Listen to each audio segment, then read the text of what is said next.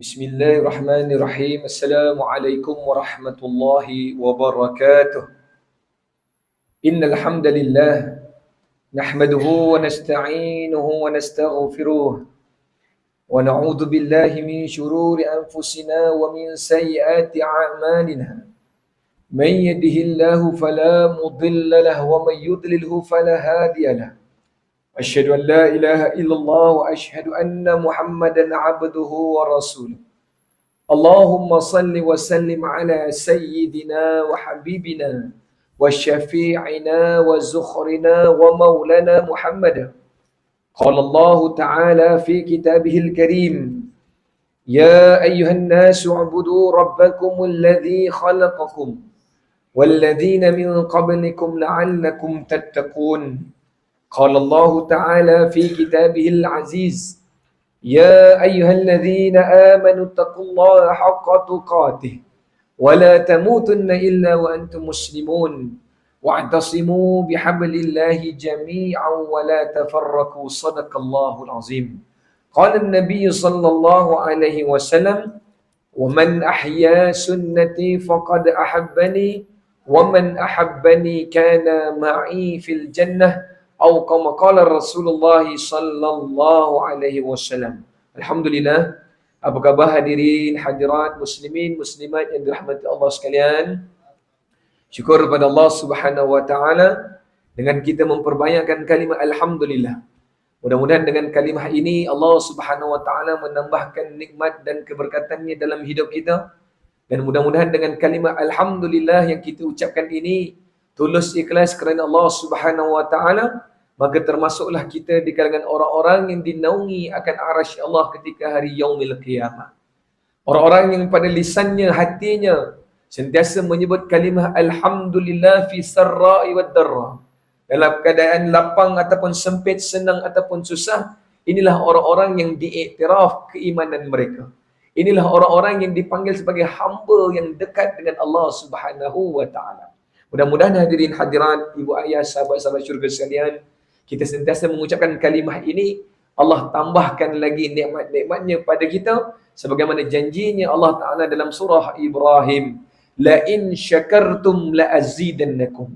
Orang-orang yang bersyukur kepadaku, maka akan aku tambahkan lagi. Para ulama mengupas, apa maksud la azidannakum? Apakah sekadar Allah tambah harta, tambah umur, tambah rezeki? Tidak. Tapi apa yang dimaksudkan tambah itu adalah bertambahnya keimanan dan keyakinan kita kepada Allah Subhanahu wa taala.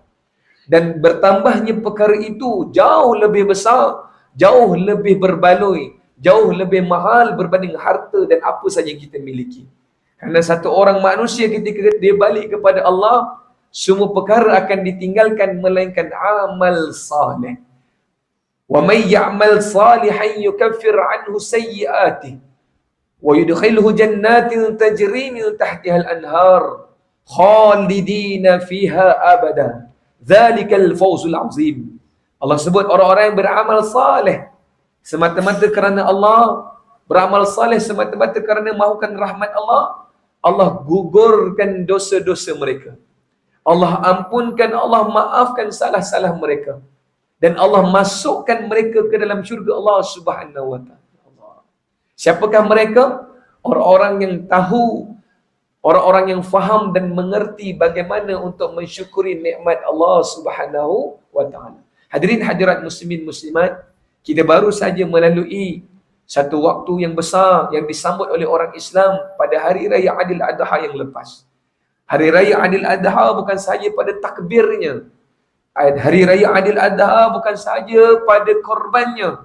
Tetapi paling besar dalam hari raya Aidil Adha adalah pengajaran dan pembelajaran tentang makna dan erti hijrah dan pengorbanan. Allah gambarkan tentang kisah Nabi Ibrahim AS dalam Al-Quran. Sehingga nama Nabi Ibrahim diulang-ulang sebanyak 69 kali dalam Quran. Nama Nabi Ismail, anak andanya Nabi Ibrahim, diulang 12 kali dalam Quran. Apabila ada satu-satu Nabi SAW yang Allah ulang nama-namanya banyak dalam Quran, bermaksud kisah itu sangat berat. Bermaksud kisah yang disampaikan pada Nabi SAW itu perlu diteliti dan diperhati. Sebab itu, Tujuan Allah hantarkan kisah-kisah para nabi, kisah-kisah umat terdahulu. Tujuan pertamanya apa? Sesuai apabila kita datang kuliah ini, kita belajar untuk mengaji, mendalami ilmu sirah. Tujuan ilmu sirah, tujuan ilmu kisah, tujuan ilmu mempelajari tentang umat terdahulu untuk apa? Sedangkan pada logik akalnya, buat apa kita nak kisah pasal orang-orang terdahulu? Buat apa kita nak renung balik benda yang dah lepas, benda yang telah berlalu? Tapi tidak dalam Islam. Allah sebutkan dalam Al-Quran, tujuan kisah-kisah Nabi terdahulu, umat-umat terdahulu, orang-orang terdahulu dalam Quran. Wa kullan naqussu 'alaika min anba'ir rusul ma nusabbitu bihi fuadak. Tujuan pertama adanya kisah dalam Quran, Allah khabarkan pada Nabi sallallahu alaihi wasallam tujuannya untuk apa? Menguatkan iman dan yakin Nabi sallallahu alaihi wasallam. Itu tujuannya. Sebab itu bila kita khabarkan kisah para sahabat, kita kisahkan pasal sirah Nabi, pasal Nabi-Nabi terdahulu, tujuannya untuk kita bertambah yakin dengan Allah, bertambah yakin dengan apa yang dibawakan oleh baginda Nabi sallallahu alaihi wasallam. Kenapa saya sebut begini di awal mukaddimah? Kerana pada hari ini dah ada orang yang mula mempertikaikan apa yang dibawa oleh Nabi sallallahu alaihi wasallam. Bahkan baru-baru ini tersebar di media sosial, apabila ada orang mempertikaikan sehingga berani berkata, nauzubillah. Apa yang dia kata? Seandainya Tuhan itu benar, nescaya Tuhan tidak akan mengizinkan, tidak akan mengarah, tidak akan menyuruh Ibrahim menyembelih anaknya kesayangannya sendiri. Allah. Begitu dangkal dan sempit tafsiran mereka kerana mereka mentafsir dan memahami Al-Quran dengan hawa nafsu mereka. Tetapi kita diajar, mudah-mudahan bila kita duduk kuliah, setiap ilmu-ilmu yang kita pelajari membuatkan kita semakin yakin dengan Allah Subhanahu wa taala. Sebab itu Allah sebut dalam surah Yunus ayat 57. Allah sebut antara 4 fungsi Al-Quran. Bila Allah berfirman, a'udzubillahi minasyaitonir rajim. Ya ayyuhan nas, wahai manusia, qad ja'atkum mau'izatun mir rabbikum wa shifaa'un lima fis sudur wa hudan wa rahmatan lil mu'minin. Sekurang-kurangnya dalam surah Yunus ini Allah sebut 4 fungsi Quran. Allah mulakan dengan kalimah wahai manusia. Bermaksud siapa? Kullu am, semua sekali. Dia beriman, dia tak beriman, dia percaya atau tidak, dia yakin atau berbolak-balik, siapapun dia manusia, Al-Quran telah datang kepada setiap manusia untuk membawakan mau'izah, penerangan, membawa mau'izah, penjelasan yang terang nyata dari Allah. Tapi tak semua orang akan dapat penerangan dan penjelasan yang terang nyata, peringatan yang jelas dari Allah, melainkan ada syaratnya. Al-Quran ini benar-benar akan berfungsi pada saya dan tuan-tuan ibu ayah sekalian, ada syaratnya. Syaratnya pada penutup surah Yunus ayat 57 ini. Dalam ayat ini Allah sebut 4 fungsi Quran, dan keempat-empat fungsi ini benar-benar akan berlaku, benar-benar dapat dirasai oleh siapa? Lil mu'minin, orang yang beriman dengan yakin. Sesungguhnya peringatan dari Allah itu jelas, tapi tak semua orang nak ambil peringatan itu, betul? Bahkan ada orang mempertikaikan peringatan itu. Wasyifa'ul lima fis sudur. Al-Quran itu fungsinya sebagai penawar bagi hati-hati dan jiwa manusia. Tapi tak semua orang dapat rasa Quran itu sebagai penawar, betul? Kita lebih yakin ubat doktor berbanding ubat dari Allah Subhanahu wa taala. Kita lebih yakin kuasa manusia berbanding kuasa Allah Subhanahu wa taala. Nauzubillah. Wasyifa'ul lima fis sudur. Kita nak belajar. Tapi ada orang yang dia baca Quran dekat dia baca Al-Fatihah dekat air. Dia baca Fatihah dekat tapak tangan, menjadi mujarab. Sebenarnya yang membezakan bukan bacaannya, yang membezakan keyakinan dan keimanan dia terhadap firman Allah Subhanahu wa taala. Wa hudan. Al-Quran ini fungsinya untuk beri hidayah dan petunjuk pada manusia. Tapi tak semua orang dapat, melainkan orang-orang yang benar beriman dengan yakin pada Allah. Wa rahmah. Quran itu adalah kasih sayang dari Allah. Tapi kenapa kita tak rasa itu kasih sayang Allah? Bila kita baca Quran, kita tak rasa meresap cinta Allah itu. Sebab masih lagi ada masalah pada iman dan yakin kita. Jadi bila kita duduk dalam kuliah-kuliah ilmu matlamat kita, manusabbitu bihi fuadak, supaya Allah kuatkan hati kita, kuatkan iman kita, sehingga kita mampu berdiri di atas muka bumi ini dengan tawakal sebenar-benarnya kepada Allah Subhanahu wa taala. Hadirin hadirat muslimin muslimat yang dirahmati Allah. Allah khabarkan dalam Al-Quran bagaimana satu orang manusia yang semakin dekat dengan Allah, satu orang manusia yang semakin hampir dengan Allah, perlu melalui syarat-syarat pengorbanan. Semakin tinggi pengorbanan satu orang hamba untuk agama ini, semakin tinggilah kefahaman dia terhadap agama ini. Ibarat seorang anak yang dihantar untuk belajar dengan susah payah, dihantar belajar dengan jarak yang jauh, dihantar belajar dengan keperluan yang sederhana ataupun sedikit. Bagaimana hasil yang akan keluar daripada seorang anak itu? Tentu luar biasa. Pengorbanan yang diberikan sepanjang dia belajar itu pasti akan menzahirkan natijah yang luar biasa. Berbeza dengan anak-anak yang dihantar belajar dengan penuh kesenangan. Bagaimana penghayatan mereka terhadap pengorbanan tentu berbeza.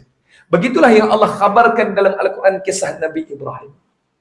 Ketika Allah naikkan darjat Nabi Ibrahim sehingga Nabi Ibrahim dipanggil dengan dua gelaran. Yang pertama gelaran Khalilullah, orang yang sangat hampir dengan Allah. Tapi syarat untuk hampir dengan Allah mesti wajib melalui pintu ujian. Idza ahabballahu 'abdan ibtalahum. Apabila Allah sayang dengan satu orang hamba, Allah akan uji dia. Ahasiban nasu ay yutraku ay yaqulu amanna wa hum la yuftanun. Apakah cukup sekadar mereka mengatakan mereka beriman kepada Allah selagi mereka tidak diuji? Bagi sesiapa tuan-tuan ibu ayah yang sedang diuji dengan kesihatan, dengan kehidupan, dengan rezeki, dengan apa saja ujian, syukur alhamdulillah. Itu tanda Allah sedang sayang. Itu syarat. Allah sayang dengan Nabi Ibrahim. Lihat pengorbanan Nabi Ibrahim. Nabi Ibrahim takkan dapat Nabi Ismail sesaleh-saleh anak, sesaleh-saleh manusia, melainkan setelah ayahnya melalui pengorbanan. Pengorbanan pertama, Nabi Ibrahim sendiri lahir bukan daripada keturunan ulama, bukan lahir daripada keturunan para nabi, tapi Nabi Ibrahim lahir daripada seorang pembuat berhala. Satu orang yang sangat dekat, hampir dengan Namrud laknatullah alaih. Bayangkan, subhanallah. Perjuangan dan pengorbanan inilah yang kita nak bawa pada malam ini, sesuai dengan kisah pengorbanan Nabi Ibrahim dan kisah hijrahnya Nabi daripada kota Mekah ke kota Madinah Al-Munawwarah, yang insya-Allah kita sambut pada 29-30 hari bulan ni, betul? Walaupun maaf saya nak sebut, sebenarnya Nabi hijrah sebenarnya bukan Muharram. Nabi hijrah sebenarnya bulan apa cik? Tapi Ustaz, kenapa sambut Muharram, awal Muharram hijrah ni? Ustaz semua dipanggil penuh jadual padat cerita pasal hijrah. Baik, ada kaitan dia, ada kaitan. Jangan senang-senang kata tak ada kaitan, ada kaitan. Pertama, supaya kita luruskan balik pemahaman kita, hijrah yang sebenar boleh rujuk dalam kitab Rahiqul Makhtum Syekh Syafiur Rahman Al-Mubarakfuri. Boleh tengok dalam kitab Syekh Ramadan Al-Buti Fiqhus Sirah. Hijrah Nabi Mekah ke Madinah bukan Muharram tapi bulan Rabiul Awal. Nabi lahir 12 Rabiul Awal, Nabi hijrah 12 Rabiul Awal, Nabi meninggal dunia wafat juga 12 Rabiul Awal. Dan ketiga-tiga tu cantik Allah atur Isnin. Subhanallah. Sebab tu Nabi, para sahabat tengok, setiap Isnin Nabi akan puasa. Di luar Ramadan, setiap Isnin Nabi akan puasa. Bila para sahabat tanya, kenapa ya Rasulullah? Nabi sebut, innal a'malu tu'arada fil yaumil ithnain. Kerana pada setiap hari Isnin, dan meriwayat seterusnya sebut, innal a'malu tu'arada fil yaumil ithnain wal khamis. Setiap hari Isnin dan hari Khamis, Allah akan minta malaikat menghantarkan laporan seluruh anak-anak Adam. Dan aku tak nak ketika amal aku diangkat dalam keadaan aku tidak berpuasa. Hadis ni. Jadi Ustaz, Kenapa pula hijrah sambut pada Muharram? Bagaimana pula tiba-tiba Muharram jadi bulan pertama dalam kalender Islam? Kita tahu, sejak Allah ciptakan langit dan bumi, Allah dah persiapkan 12 bulan dah. Inda tashhur, inda Allah 12 fi kitabillah. Ketika Allah menjadikan langit dan bumi, Allah dah sediakan dah 12 bulan yang mulia ni. Tapi dalam 12 bulan yang mulia ni, para ulama kata, tak ada siapa pun tahu susun aturnya. Melainkan itu adalah tauqifiyah yang Allah berikan kepada Nabi sallallahu alaihi wasallam, yang Allah berikan kepada para sahabat Khulafa ar-Rasyidin radhiyallahu ta'ala anhum ajma'in. Dalam bab penyusunan bulan-bulan Islam, tak berlaku zaman Rasulullah, tak berlaku zaman Abu Bakar As-Siddiq. Dia bermula zaman Umar Al-Khattab. Umar jadi khalifah tahun 13 Hijrah sampai 23 Hijrah.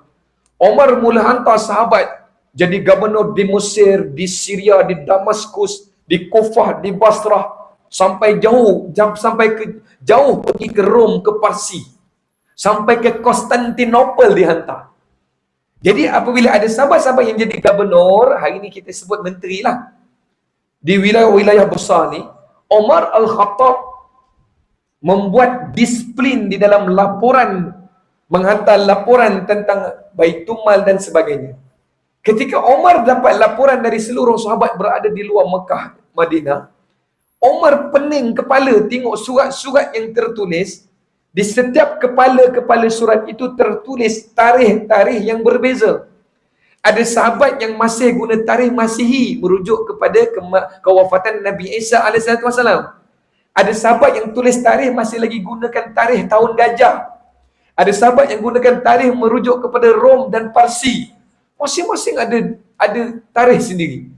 Umar panggil sahabat-sahabat Nabi, Sayyidina Osman ada, Sayyidina Ali ada, Sayyidina Jabir bin Abdullah ada, semua sahabat besar, Muaz bin Jabal semua ada.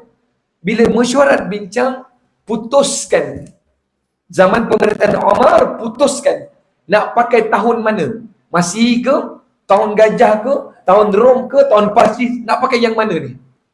Akhirnya pandangan para sahabat, terutama Uthman bin Affan, dipersetujui oleh Umar Al-Khattab untuk menggunakan kalender yang pernah diasaskan oleh moyang Nabi sallallahu alaihi wasallam. Tapi tak dipakai secara umum. Tak dipakai secara official, rasmi. Siapa yang cipta? Qusay bin Kilab bin Murrah. Moyang Nabi yang ke-6, ke-7 yang menciptakan nama-nama dengan izin Allah, nama-nama dalam bulan Islam itu wujud. Saya pernah cerita di sini, wallahu alam. Bagaimana Qusay bin Kilab, suatu orang bijaksana, keturunan Nabi pandai-pandai, keturunan Nabi, keturunan Bani Quraisy, orang yang bijak-bijak, orang yang hebat-hebat. Qusay bin Kilab bin Murrah ini, bila dia tengok suasana di Mekah, setiap bulan fasa berbeza-beza. Suhu cuacanya berbeza-beza.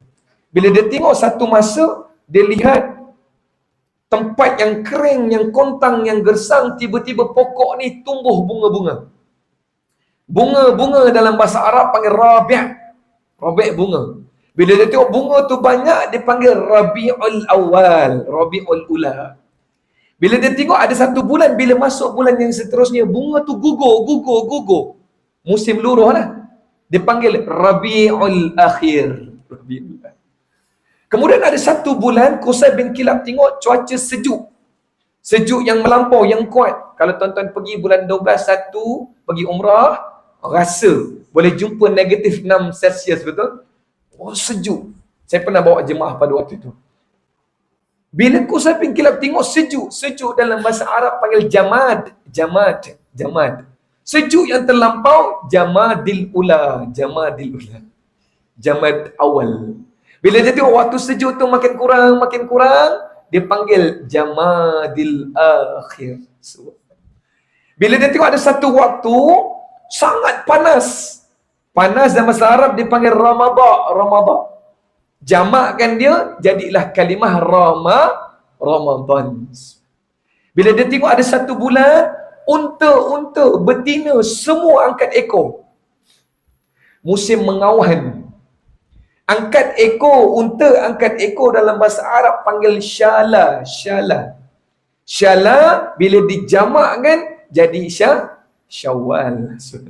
Ini asas sejarah wujudnya nama kalender Islam. Tuan-tuan mungkin ada yang dah tahu atau baru tahu, betul? Indahnya nama-nama ini dengan izin Allah Subhanahu wa taala disusun pada zaman Umar Al-Khattab radhiyallahu taala anhu. Berdasarkan dalil-dalil yang tertentu, Umar Al-Khattab susun. Lalu diletakkan Muharram sebagai bulan yang pertama.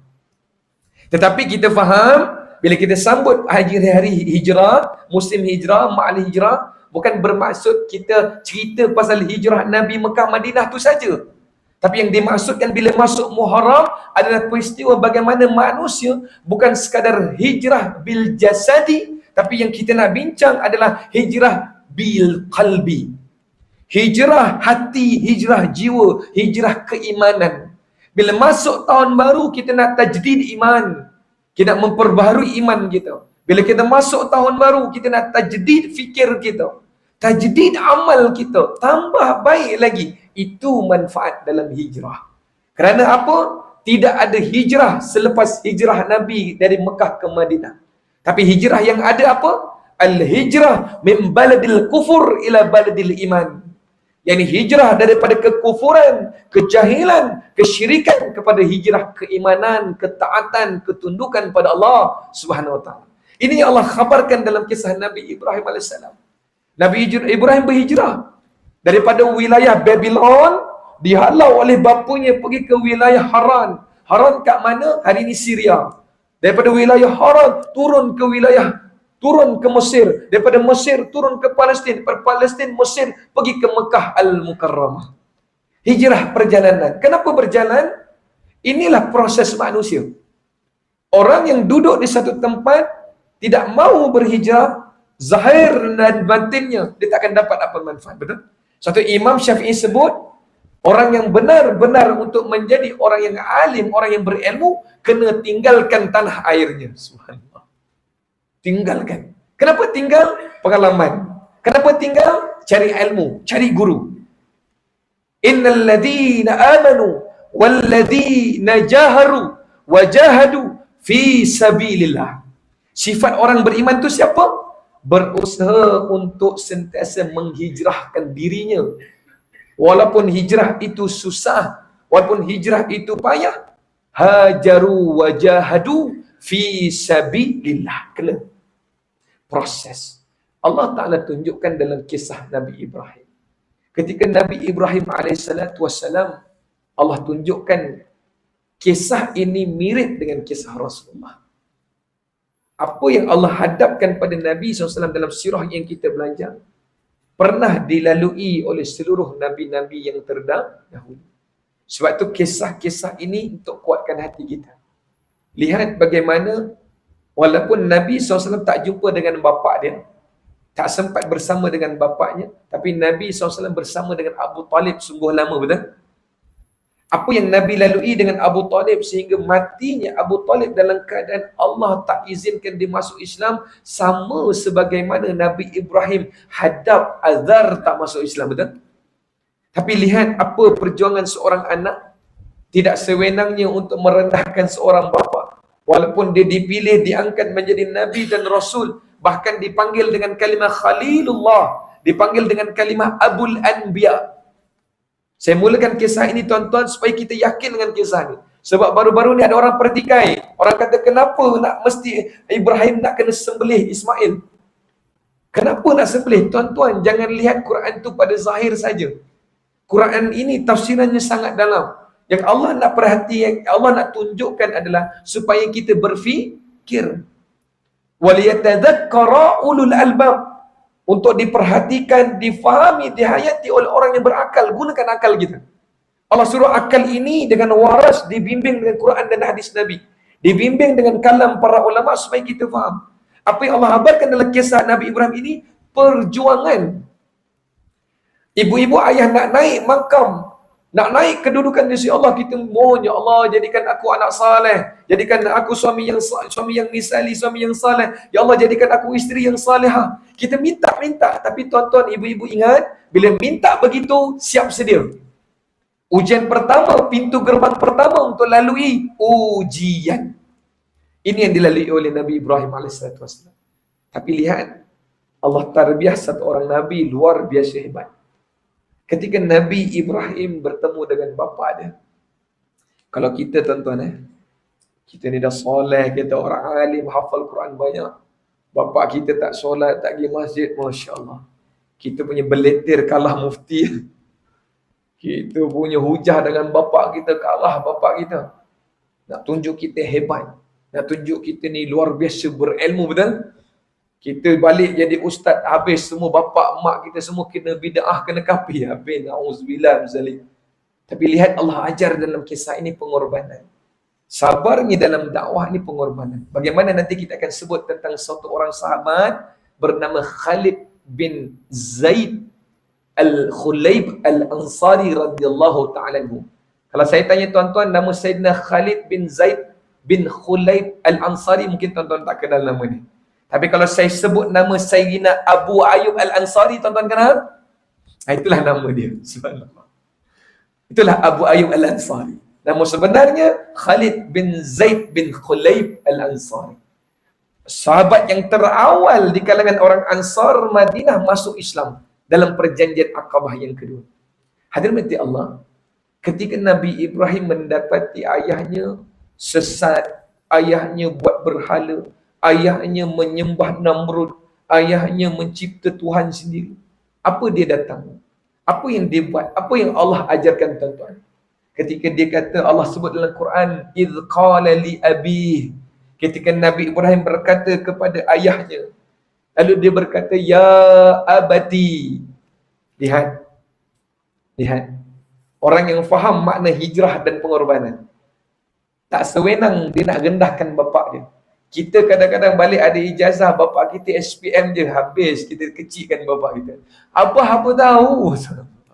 Bapa tahu apa? Saya ijazah master PhD, contoh. Tapi Nabi Ibrahim tunjuk satu benda. Bapa ni syirik Allah, kufur ingkar kepada Allah. Tapi macam mana anak punya akhlak? Ya abati, wahai bapa kesayanganku. Subhanallah. Dia kata, wahai bapa aku bakal ahli neraka. Tak, dia tak cakap macam. Dia kata, wahai bapa kesayanganku, lima la ta'budun, lima ta'budu ma la yasma'u wa la yubsiru wa la yughni 'anka syai'a. Wahai bapa kesayanganku, kenapa ayah? Kenapa engkau sembah benda yang tak boleh dengar? La yasma'u. Kenapa kau sembah la yubsiru, benda yang tak boleh melihat? Kenapa kau sembah la yughni 'anka syai'a, yang tak boleh beri manfaat dan mudarat? Kenapa ayah? Dia tak terus sesatkan ayahnya, betul? Tapi dia tanya dengan hikmah. Subhanallah. Apa yang Allah nak ajar? Ini yang dilakukan oleh Nabi ketika dakwah Abu Talib, pakciknya yang Allah rakamkan dalam Al-Quran dalam surah At-Taubah ayat 113. Ketika Nabi Ibrahim datang, bapa dia diam ketika dengar seruan ini. Bapa dia tahu, kau cakaplah macam mana pun wahai anak, aku tetap dengan pendirian aku.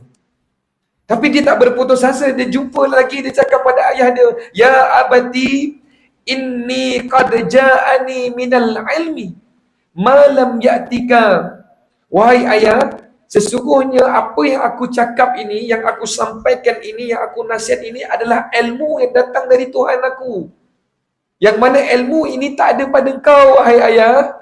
Tengok bahasa dia. Kalau kita nak cakap bapak tu tak pandai apa, ayah ni goblok, dia kata. Contoh. Ayah ni dah tak belajar, jangan mandai. Bahasa kita kan, tuan-tuan. Allah. Satu tengok, Quran ni ajar bukan sekadar ilmu, tapi paling besar Quran ajar akhlak dan adab. Adab dakwah. Tak percaya adab dakwah, tengok. Ketika Al-Walid Al-Mughirah, ketika Al-Aswad bin Abdul Muttalib, Uqbah bin Abi Mu'ayyid datang pada Nabi pada tahun ke-5, ke-6 ketika di Mekah. Mereka berkata pada Nabi, wahai Muhammad, apa pun yang kami buat, kami sakiti sahabat engkau, kami sakiti diri engkau, engkau tetap dengan dakwah, wahai Muhammad. Baiklah, senanglah. Kalau macam ni, wahai Muhammad, kita cerita, kita bincang simple, mudahlah, wahai Muhammad. Apa Al-Walid Mughirah sebut?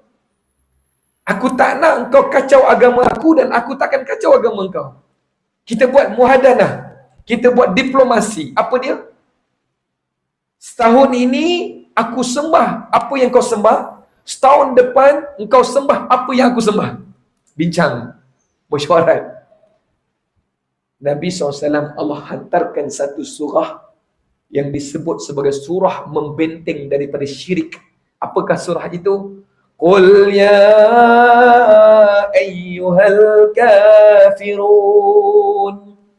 Surah bicara tentang ketauhidan, membezakan antara iman dan syirik kepada Allah SWT. Bagaimana Allah ajarkan pada Nabi, sebagaimana Allah ajar pada Nabi Ibrahim. Qul ya, dengan kalimah yang lembut dan lunak tapi tegas. Boleh saja pada ayat ini Allah tak payah gunakan kalimah kul. Imam Zamakhsyari dalam kitab Tafsir Al-Munir ada sebut. Kenapa Allah sebut kul? Allah nak beritahu, walaupun orang itu ingkar, ahli maksiat, kufur sekalipun, kita tak ada hak untuk mengkafirkannya. Kita tak ada hak untuk meneraka jahanamkannya. Sebab itu urusan Allah. Tapi tugas kita sampaikan dengan hikmah. Allah ajar. Bagaimana Nabi Ibrahim datang? Ya abati, qad ja'ani minal ilmi ma lam ya'tika. Apa yang aku miliki ni ilmu yang dari Allah. Kau tak ada, ayah. Allahu Akbar. Fattabi'ni, ikutlah aku. Ahdika siratan sawiya. InsyaAllah kau selamat, wahai ayah. Ikutlah aku, fattabi'ni, aku akan pimpin kau pada jalan yang betul, wahai ayah. Bapa dia diam, tutup telinga, tak nak dengar. Dia datang lagi jumpa bapak dia, dia kata apa? Ya abati, kali ketiga. Wahai ayah kesayanganku. Dia bukan sebut ya abi. Abi ni maksudnya wahai bapaku. Ya abu ya tu bapaku. Walid tu ayahku. Tapi abati, bapa kesayanganku. Balik guna minta bini anak panggil kita abati. Abati itu bukan jenama makanan, tuan-tuan Abati itu bapa kesayanganku. Subhanallah. Apa dia kata yang kali ketiga? La ta'budi syaitan. Jangan ikut setan, ayah. Ni dah keras sikit ni. Ayah, jangan ikut setan. Inna syaitan, sesungguhnya syaitan itu kana lirrahmani asiyah. Syaitan adalah makhluk yang telah jauh dari rahmat Allah. Yang pernah melampaui, menderhakai dengan rahmat Allah. Jangan ikut setan, ayah. Oh, simple ayat. Yang keempat, bapa dia masih pekakkan telinga. Ketika yang keempat dijumpa lagi. Kali ini seorang anak dah sampai ke puncaknya. Ni korban dan hijrah. Bila dia jumpa ayah dia yang keempat, dia kata, ya abati, wahai ayah kesayanganku, inni akhafu an yamassaka azabun minar rahman. Wahai ayahku, aku dah tak tahu nak cakap apa lagi dah. Tapi apa yang aku ingatkan, aku nasihatkan ini, wahai ayah, supaya kerana aku bimbang engkau diazab oleh Allah Subhanahu Wa Taala. Inni akhafu, aku takut, wahai ayah. Tuan-tuan mati Allah, walaupun hujah demi hujah, hikmah demi hikmah, Allah nak ajarkan dalam bab pengorbanan ini, sesungguhnya hidayah itu pilihan Allah. Allah nak bagi, Allah akan bagi. Tapi kalau Allah halang, tak ada siapa yang boleh bagi. Wa may yuhinillahu fama lahu min mukrim, innallaha yaf'alu ma yasha.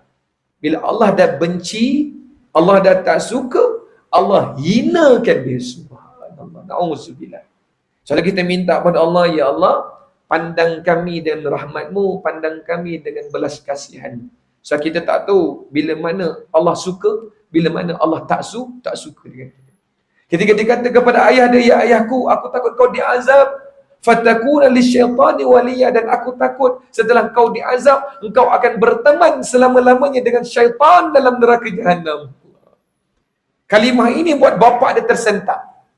Satu orang ayah yang sayang dengan Nabi Ibrahim. Sayang anak dia. Dia tak pernah pukul anak dia, tak pernah sakiti anak dia, dia tak pernah herdik anak dia Nabi Ibrahim. Dia tahu apa yang dibawa Ibrahim itu benar. Apa yang dibawa Ibrahim itu adalah wahyu dari Tuhan. Tapi inilah yang dikatakan sebagai kufur akbar dan kufur asghar. Dalam hati ini, aba wastakbar wa kana minal kafirin. Kenapa iblis dipanggil sebagai kafir? Sebab dalam hatinya ada rasa sombong dengan Allah. Apa tu makna orang yang sombong, orang yang riya? Ma makna riya? Dua. Orang yang menafikan kebenaran dan orang yang menolak kebenaran. Orang yang menafikan kebenaran dan orang yang merendahkan orang lain yang membawa kebenaran. Itu dipanggil sombong.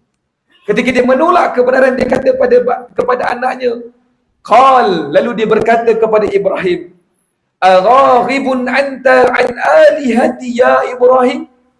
Apakah patut engkau benci tuhan-tuhan yang aku buat ni? Subhan.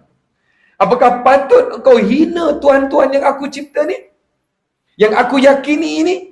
La in lam tantahi la arjumannaka wahjurni maliya. Lebih baik engkau pergi, wahai Ibrahim. Pergilah. Pergilah jauh-jauh.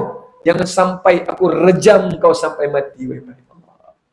Kebenaran itu jelas dengan bukti. Tapi bila Allah tak berikan hidayah, tak ada siapa akan dapat. Mohon pada Allah supaya dalam hati tidak ada syak wasangka dengan agama ni. Hari ini telah bergerak di seluruh dunia, merosakkan Islam dari dalam dengan membawa fahaman-fahaman yang mengubah persepsi tentang Islam. Bagaimana ada golongan-golongan liberal Islam, sekular Islam, pluralis Islam. Mereka membawa pemikiran baru. Mereka kata apa yang dibawa dalam Quran ini tak relevan pada zaman ini. Astaghfirullah wa atubu ilaih. Apa yang dibawa oleh sunnah Nabi tak sesuai untuk orang-orang di negara-negara lain. Na'udzubillah. Kenapa mereka faham begitu? Sebab Allah kunci hati mereka. Sebab itu maksud kafir itu apa? Kafara. Kalau tuan-tuan belajar ilmu tafsir, kafir itu bermaksud ikhfa. Ikhfa itu apa? Bukan hukum tajwid ni. Ikhfa ni ikhfa hakiki, ikhfa syafawi kan. Ikhfa ni maksudnya terselindung, tersembunyi, terkunci, tak nampak. Apa maksudnya? Terselindung dari kebenaran, tersembunyi dari kebenaran. Turidu min rahmatillah, terhindar dari rahmat dan petunjuk Allah Subhanahu wa taala. Hadirin hadirat muslimin muslimat, ketika bapa dia halau, lihat apa yang dicakap pada ayahnya Azar sama macam Rasulullah buat. Inilah perjalanan. Kenapa Ustaz, kenapa saya mulakan begini? Untuk kita renung balik, apakah hari ini, puluh tahun Allah berikan kita umur, kehidupan, apakah sudah cukup pengorbanan kita untuk agama ni? Dah cukup belum? Tanyalah diri kita. Dah cukup banyak ke belum pengorbanan kita untuk agama Allah? Korban kita dari segi harta, dari segi nyawa, dari segi masa, dari segi ilmu, dari segi kesungguhan kita memperbaiki ibadah. Apakah dah banyak? Kalau belum banyak, jangan minta pada Allah untuk mati. Jangan berani untuk mati. Sebab apa? Kita belum cukup bersedia, dia nak jumpa Allah. Tapi tuan-tuan, bagi orang yang dah berusaha, berjuang habis-habisan untuk agama ini, pada segenap sudut dah tuan-tuan. Kita tak mampu, betul? Bila Allah sebut hal adullukum ala tijaratin tunjikum min adzabin alim tu'minuna billahi wa rasulihi wa tujahiduna fi sabilillah bi amwalikum wa anfusikum dzalikum khairul lakum in kuntum ta'lamun. Maka korbankan segala-galanya untuk Allah sebab mereka tahu janji Allah. Tapi hari ini kita tak mampu seperti para sahabat dulu, betul? Kita tak mampu seperti mereka sehingga Allah Ta'ala sebut mereka ini orang yang terbaik di kalangan yang terbaik. Orang yang diridai, orang yang paling lengkap sempurna iman. Itulah para sahabat radhiyallahu ajma'in. Tapi hari ini kita nak belajar supaya kita dapat macam mana fikir risau mereka terhadap pengorbanan agama. Hari ini kita dah tak nak korban untuk agama, kita banyak korban untuk dunia dan nafsu kita. Kita tak nak korban untuk agama, kita lebih banyak korban untuk dunia dan nafsu kita. Tak ada siapa pun nak miskin, betul? Sanggup kerja pagi, petang, siang, malam untuk pastikan ada duit, betul?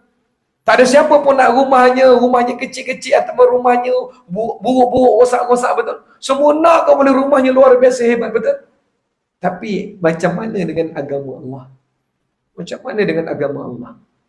Saya cakap untuk diri saya, banyak tak saya telah korbankan masa saya dengan ilmu Allah? Allahu Akbar. Banyak tak masa yang saya peruntukkan untuk baca Quran Allah? Banyak tak masa yang telah saya gunakan untuk kenal hadis Nabi SAW? Banyak ke belum? Tanya. Kalau belum lagi, Allah, takut nak masuk tahun baru ni.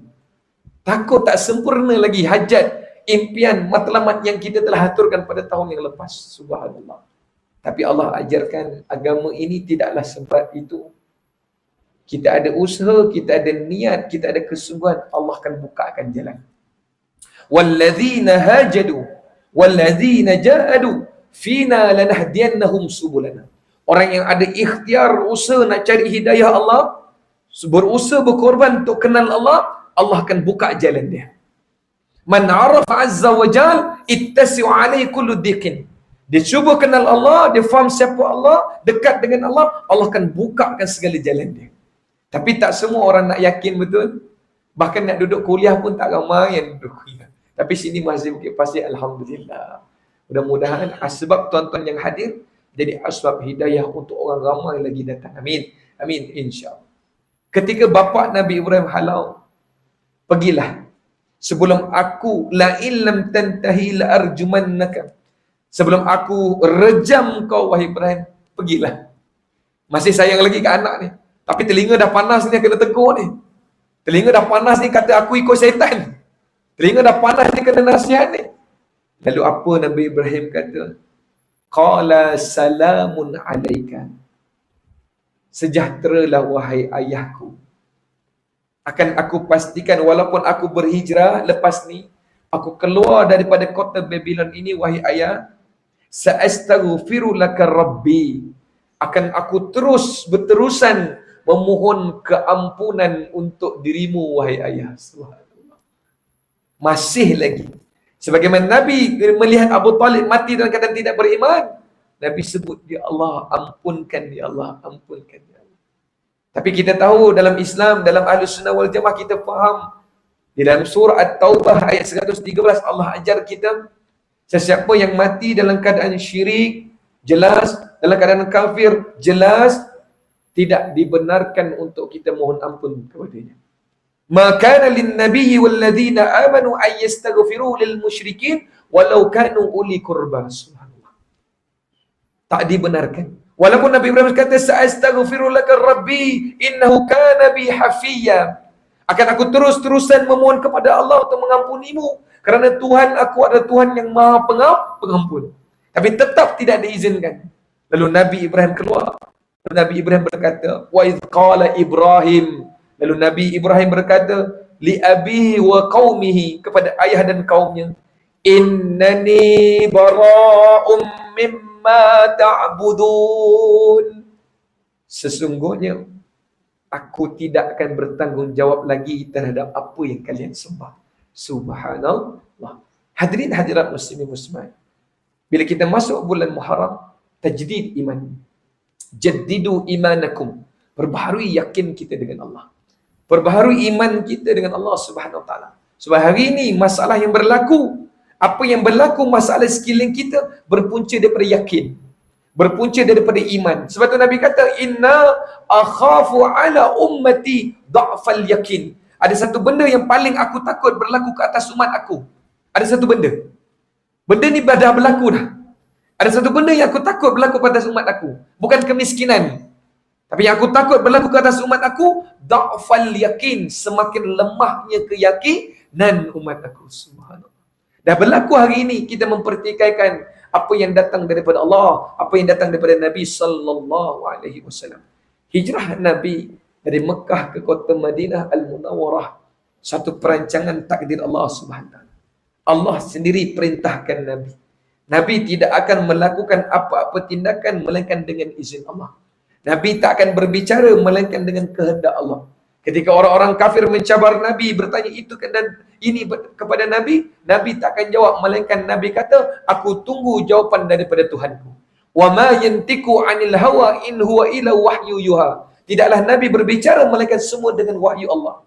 Nabi hijrah ke kota Madinah Al-Munawwarah.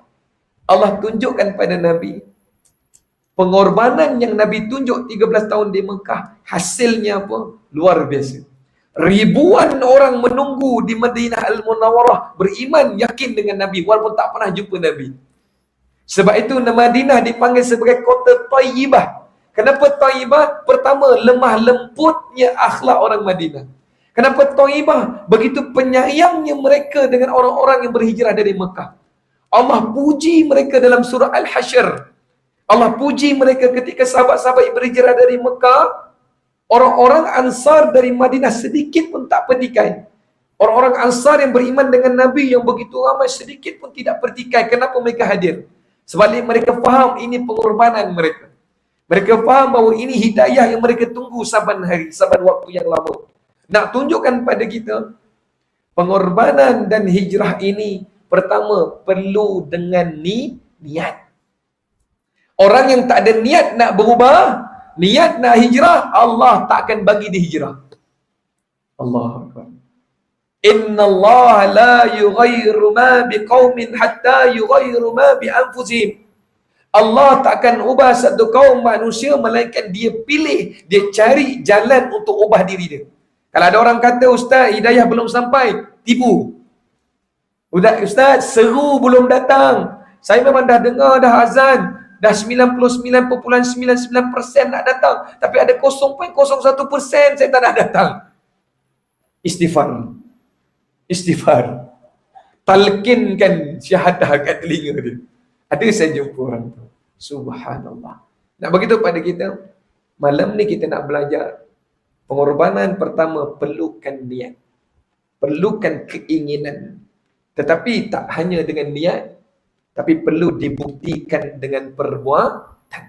Sebab itu hijrah disebut oleh Imam Ibn Qayyim rahimallahu ta'ala, al-hijrah bil jasadi wal hijrah bil qalbi. Hijrah pada jasad, pada zahir, pada tempat, dan hijrah pada hati. Dan hijrah pada hati itulah yang lebih utama. Sebab apa? Ketika kita akan berhijrah dari dunia ke akhirat, yang Allah akan tengok, yang Allah akan nilai adalah hijrah bil qalbi. Betul? Allah dah tak tengok lagi jasad kita. Allah dah tak tengok lagi kita bangsa apa. Allah dah tak tengok lagi warna kulit kita. Yang Allah tengok, irji'i ila rabbiki radiyatan mardiyah. Allahu Akbar. Hadirin mata Allah sekalian, ada seorang sahabat, ketika Nabi hijrah naik unta sampai ke Madinah Al-Munawwarah, tempat pertama yang Nabi berhenti adalah di Masjid Quba. Tuan-tuan ni kalau pergi Madinah, solat kat sana. Nabi berhenti di Masjid Quba. Ketika itu disambut. Ketika itu disambut ramai orang Bani An-Najjar daripada kabilah-kabilah Ansar datang nak sambut, dah terima. Sebab apa? Sebelum Nabi datang, Mus'ab bin Umair dah datang dulu. Strategi Rasulullah. Azan aja. Nak berhenti? Boleh? Kita berhenti dulu. Kita tengok nanti apa yang Nabi buat lepas hijrah. Apa yang Nabi persiapkan lepas hijrah. Semasa hijrah, siapa yang akan bersama Nabi SAW dan siapa yang akan tinggalkan Nabi SAW. Wallahu a'lam bisawab. Kita berhenti seketika. Selepas azan kita sambung sedikit lagi, insyaAllah. Qul qawli hadha wa astaghfirullahal azim li wa lakum.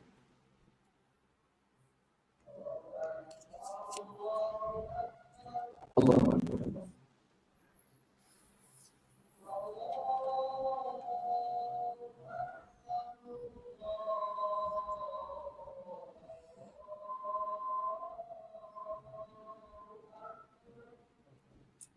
Allah.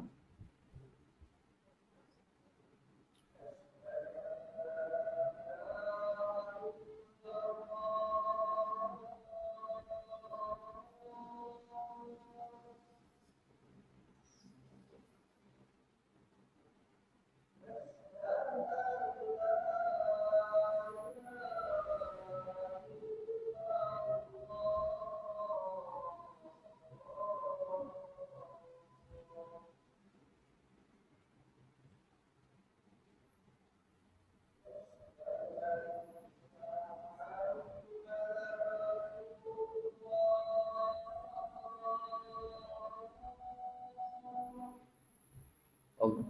Syabab.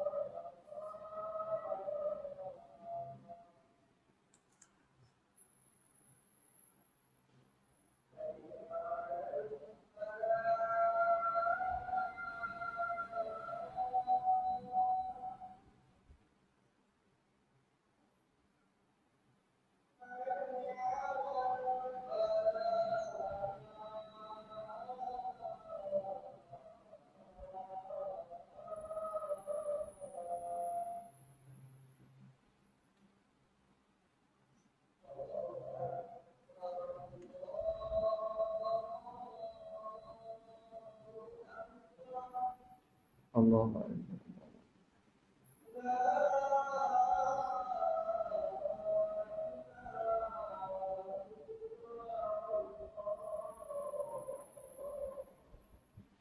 Ya Allah Muhammad Rasulullah. Allahumma rabb hadhihi al-da'wah al-qa'imah wa as-sunnah wal-rasul. والشرف والدرجة على طرفنا وضعف المقام ومحمد المتبعات إنك لا تخلف الميعاد. الحمد لله والصلاة والسلام على رسول الله وعلى آله وصحبه ومن والاه. سبحانك لا علم لنا إلا ما علمتنا إنك أنت العليم الحكيم. لا حول ولا قوة إلا بالله العلي العظيم. لا حول ولا قوة إلا بك يا أرحم الراحمين. Hadirin hadirat muslimin muslimat yang dirahmati dan dikasihi Allah sekalian, kita sambung sedikit lagi bicara kita tentang makna korban dan hijrah, kerana keduanya dipasang pada bulan Zulhijjah dan bulan Muharram. Supaya kita faham, setiap orang beriman, syarat keimanan adalah sentiasa berusaha untuk hijrah. Setiap hari kita hijrah. Kita bangun tidur, kita tidur kembali, niat kita nak jadi orang yang lebih baik dari sebelum.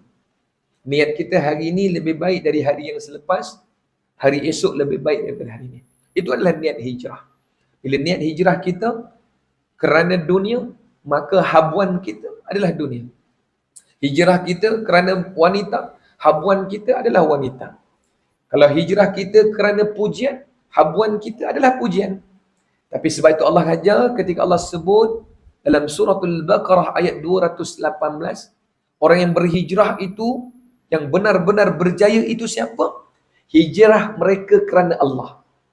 Al-Baqarah 218 Allah sebut, Allah berfirman, ulaika yarjuna rahmatallah wallahu ghafurur rahim. Ya, ini mereka yang berhijrah semata-mata kerana rahmat Allah. Hari-hari kita niat nak hijrah ibu-ibu, ayah-ayah sekalian, semata kerana Allah. Allah akan ubah hidup kita. Tapi bila niat ni kerana dunia, niat ni kerana pujian manusia, niat ini selain dari Allah, tuan-tuan, tidak ada yang kita dapat melainkan penat dan sia-sia. Sebab itu Allah puji para sahabat. Sehingga Allah sebut dalam Al-Quran, Allah SWT berfirman dalam surah Taubah ayat 100. وَالسَّابِقُونَ الْأَوَّلُونَ مِنَ الْمُهَاجِرِينَ وَالْأَنصَارِ وَالَّذِينَ اتَّبَعُوهُمْ بِإِحْسَانٍ رَضِيَ اللَّهُ عَنْهُمْ وَرَضُوا عَنْهُ. Allah sebut siapa? Dan orang-orang yang terdahulu, ini para sahabat yang mula-mula berhijrah, dan mereka yang membantu orang-orang muhajirin, yang ini kalangan orang-orang ansar, dan orang-orang yang mengikuti mereka selepas itu. Inilah orang-orang yang mengikuti jalan keimanan dan ketaatan. Inilah orang-orang yang Allah redha dengan mereka, dan mereka redha dengan Allah Subhanahu Wa Taala. Hadirin mati Allah sekalian, seorang sahabat menunggu lama. Orang Ansar, hadirin mati Allah, kita tahu di Madinah ada beberapa kabilah besar. Satu dipanggil Bani Khazraj, satu lagi dipanggil sebagai Bani Najjar, banyak lagi bani-bani yang lain. Aus dan sebagainya. Yang besar Khazraj dan Aus. Dan ada satu lagi bani yang tidak terkenal, namanya Bani An-Najjar. Bani An-Najjar ni, inilah keturunannya Abu Ayyub Al-Ansari. Atau namanya tadi Khalid bin Zaid bin Khulaib Al-Ansari. Dia ni bukan orang senang, dia orang biasa-biasa. Tapi sungguh dia seronok nak tunggu Nabi SAW. Pada perjanjian Aqabah yang kedua, dia dah beriman, bersyahadah dengan Nabi SAW, dia tunggu Nabi. Allah muliakan kerana niat dia yang mulia. Dalam ramai-ramai manusia yang berhajat supaya Nabi duduk rumahnya, Allah takdirkan rumah Abu Ayyub Al-Ansari menjadi tempatnya. 7 bulan sebelum Masjid Nabawi dibangunkan, Rasulullah bermalam, tidur, tinggal, minum, makan di rumah Abu Ayyub Al-Ansari. Bukan calang-calang orang. Sebab itu perkara pertama yang Rasulullah buat ketika Rasulullah berhijrah, selain Rasulullah membangunkan masjid, antara perkara pertama yang Rasulullah tunjuk dalam hijrah, perkara kedua yang kita faham ibrah malam ni. Pertama, nak hijrah kena ada niat, betul tadi saya sebut. Yang kedua, nak hijrah, nak kuat berubah, cari teman. Cari teman. So, itu antara perkara bila Nabi buat dalam hijrah ini, Nabi satu padukan orang muhajirin dan ansar. Nabi kawankan, saudarakan orang-orang Mekah yang datang ke Madinah dan orang Madinah yang menunggu orang-orang Mekah datang. Dan strategi Nabi SAW sangat luar biasa, bijak. Nabi satukan mereka, saudarakan mereka sesuai dengan personality dan capacity mereka. Sampai di Madinah, Nabi saudarakan Sayyidina Abu Bakar As-Siddiq dengan Sayyidina Kharajah bin Zaid Al-Ansari. Kedua-duanya orang yang sangat zuhud pada Allah. Nabi SAW saudarakan Abu Ubaidah Al-Jarrah dengan Sayyidina Abu Talhah radhiyallahu anhu. Dua-dua ni panglima perang.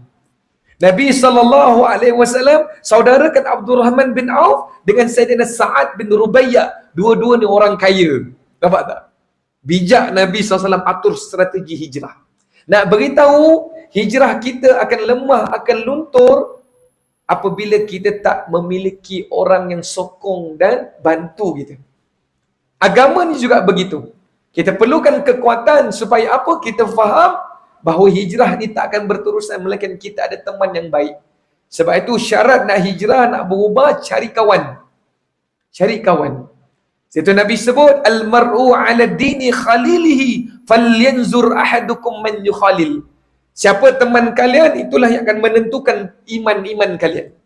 Bagaimana iman kalian ditentukan siapa teman kalian. Falyanzur, pilih dan selidikilah siapa teman yang akan menjadi teman-teman kalian. Subhanallah. Ayub Al-Ansari, Nabi SAW saudarakan dengan Mus'ab bin Umair. Subhanallah. Siapa Mus'ab bin Umair? Pendakwah Nabi SAW. Siapa Mus'ab bin Umair? Orang yang paling mahir berpidato di kalangan para sahabat Nabi radhiyallahu anhu. Begitu juga Abu Ayyub Ansari. Tuan-tuan Allah, 7 bulan dihidup dengan Nabi. Nabi duduk di rumahnya. Ketika Nabi lepas daripada Masjid Quba, Nabi sampai di tapak Masjid Nabawi. Nabi tak ada keputusan nak berhenti di mana.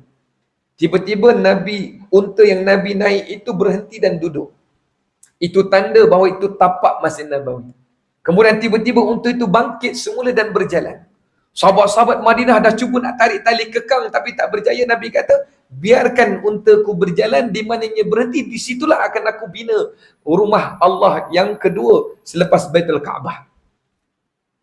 Naik lagi, dia jalan ke hadapan, dia patah balik unta ni dengan izin Allah, duduk di tempat yang pertama.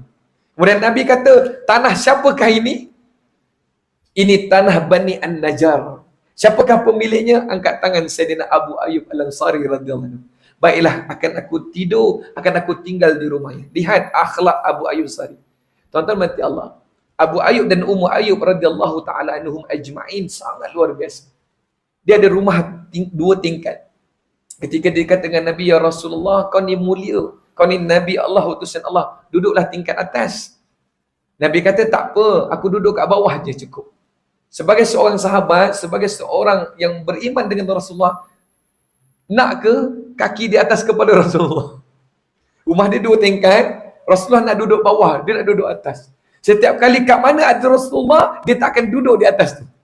Dia akan duduk berada di tepi-tepi supaya dia pastikan kaki dia, tempat duduknya tidak berada di atas kepala Nabi SAW. Allah. Fattabi'uni, ikut betul Nabi SAW. Sayang betul dia dengan Nabi SAW. Satu hari, air tumpah. Daripada tingkat 2, air tumpah. Punya sayang dengan Nabi SAW. Selimut yang satu-satunya dia ada dalam rumah Abu Ayyub Ansari. Selimut itulah di tengah malam yang sejuk, dia lap. Supaya dia tak nak pastikan ada setitis pun air yang kena di wajah Nabi SAW. Berlaku berulang kali. Bila hujan berlaku lagi, air turun daripada tingkat 2 pada tingkat 1. Sampai Rasulullah rasa bersalah. Rasulullah kata, wahai Ayyub Ansari, wahai Khalid bin Zaid bin Khulaib Al-Ansari, tak apalah, aku pindah ke atas, kau duduklah ke bawah. Kesian aku tengok engkau tak tidur tengah malam, nak pastikan aku tidur, aku tak terjaga untuk pastikan aku tidur dalam keadaan tenang. Subhanallah. Sungguh wahai Abu Ayyub Al-Ansari, apa Nabi sebut? Akan ada di kalangan sahabat-sahabat aku, Nabi sebut dia, yang nanti akan dimakamkan di dinding-dinding, yang matinya akan dimakamkan di dinding Baitul Maqdis. Maaf, akan dimakamkan di dinding Konstantinopel. Subhanallah. Hari ini, tuan-tuan pergi Turki, Tuan-tuan pergi Istanbul, tuan-tuan cari kubur Ayyub Al-Ansari. Pada zaman Rasulullah dah wafat, semua perang dia ikut. Tapi dia tak dapat syahid dalam zaman Rasulullah. Berubah Khalifah Abu Bakar, Umar, Osman sampai Ali, dia masih hidup lagi, Ayyub Ansari. Semua perang dia ikut, semua perang Khalifah Ar-Rashidin dia ikut, dia orang hebat. Semua dakwah dia ikut. Sampai zaman Sayyidina Muawiyah, tahun 41 Hijrah. Ketika itu dia minta pada Muawiyah, tolonglah hantar dia pergi ke Byzantine di Rom, tempatnya Konstantinopel. Dia kata apa kepada Muawiyah? Wahai Sayyidina Muawiyah, hantarkan aku di sana. Tapi Muawiyah kata apa? Bagaimana mungkin wahai Ayyub Al-Ansari, engkau umur dah 86 tahun. Nak pergi buka kota Konstantinopel bukan mudah wahai Ayyub Ansari. Subhanallah. Pergi juga, dia minta juga. Di dalam pasukan itu dipimpin oleh Yazid bin Muawiyah, anaknya Muawiyah radhiyallahu anhu, pergi ke Konstantinopel. Dalam perjalanan lagi berapa hari meninggal dunia. Allah. Tapi ketika sebelum dia meninggal dunia, dia kata, aku sakit, aku dah nazak. Tapi aku nak pastikan hadis Nabi SAW itu untuk aku. Nabi kata apa? Akan ada di kalangan para sahabat aku. Tapi ketika Nabi sebut tu, Nabi tengok dia. Akan ada di kalangan salah satu seorang sahabat aku yang matinya akan dimakamkan, dikuburkan di kota Konstantinopel. Allah. Ketika dia sebelum meninggal dunia, dia kata pada Yazid bin Muawiyah radhiyallahu anhu, dia kata, wah Yazid, teruskan perjalanan, jangan kuburkan aku sehingga kalian berjaya membuka kota Konstantinopel. Subhanallah. Ketika dibuka kota Konstantinopel, berjaya jatuhkan orang-orang Rom Byzantium Gassasinia, dikuburkan di dinding, di bawahnya tembok mahkotanya, tempatnya duduknya Raja Byzantium. Subhanallah. Sebelum dia meninggal, dia kata apa? Aku bayangkan dan aku rasakan, dapat terasakan bahawa akulah orang itu, dan aku nak pastikan ketika aku dah dikuburi di situ, akan aku dengar derapan kaki kuda-kuda yang hebat membuka kota Konstantinopel ini. Subhanallah. Allah berikan pada Abu Ayyub Ansari natijah keputusan yang baik dalam hidupnya. Tak sempat mati zaman Rasulullah, tak sempat mati di zaman Khalifah Ar-Rashidin, tapi Allah berikan apa yang Nabi sebut, orang yang berhijrah kerana Allah, tempat mereka tak ada lain, berada dalam rahmat dan redha Allah Subhanahu Wa Taala. Hari ini kita nak belajar daripada Ayyub Ansari ini. Usahakan taat apa sahaja yang diperintahkan oleh Nabi SAW. Tidak ada tawar-menawar, tidak ada tolak-tawar, tidak ada pertikaian. Beriman sebenar-benarnya dengan apa yang dibawa oleh Nabi SAW.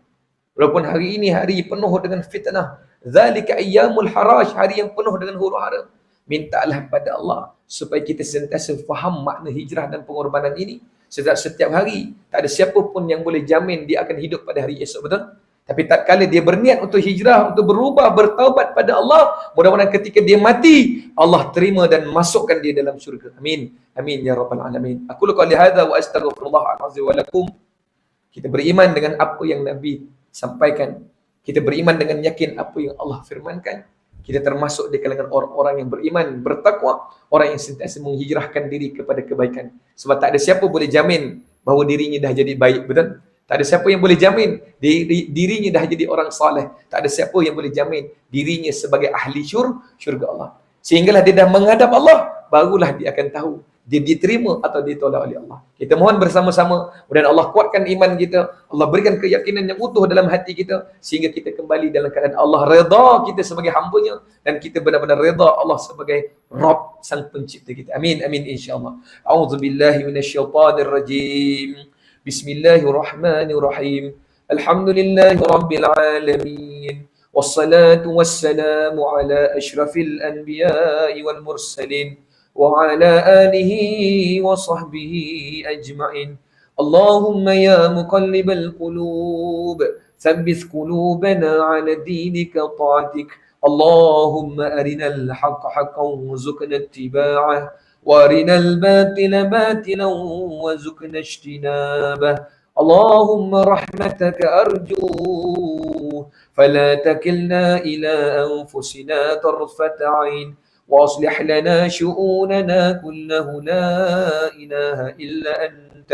Ya Allah, ya Tuhan kami, wahai Tuhan yang maha membolak-balikkan hati kami, Kau tetap teguhkan hati kami di atas landasan agamamu, ya Allah. Wahai Tuhan yang maha membolak-balikkan hati kami, Kau tetap teguhkan cinta dan taat setia kami kepada baginda Nabi sallallahu alaihi wasallam. Ya Allah, kami mohon rahmat dan belas kasihan-Mu. Kami mohon rahmat dan keampunan-Mu, ya Allah. Jangan Engkau tinggalkan diri kami sendirian, ya Allah. Jangan Engkau tinggalkan diri kami sendirian, ya Allah. Walaupun sekelip mata, ya Allah. Kami serahkan diri kami, hidup dan mati kami, usaha, ikhtiar dan tawakal kami hanya kepadamu, ya Allah. اللهم ربنا إننا آمنا فاغفر لنا